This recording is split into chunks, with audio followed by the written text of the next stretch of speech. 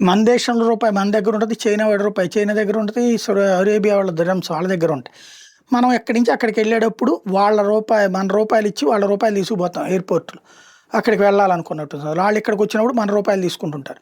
But ఎక్కడైనా చెల్లుబాటు అయ్యేది డాలర్ మాత్రమే. ఈ డాలర్ అన్నటువంటిది 195 దేశాల్లో చలామణి అవుతుంది.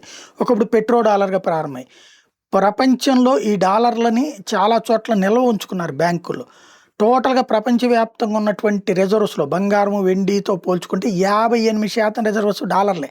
అయితే ఇప్పుడు ఒక్కసారిగా అది 40%కి పడిపోయినాయి. గత 20 సంవత్సరాల్లో ఎన్నడూ లేని విధంగా -18%. గత 10 ఏళ్లలో -18% చోటు చేసుకుంది.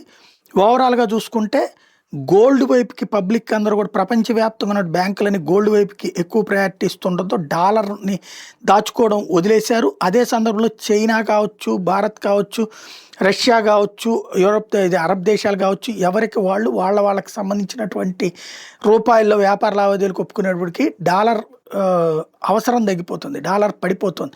అది ఇప్పుడు ట్రంప్ ఆగ్రహంలో వన్ ఆఫ్ ద రీజన్.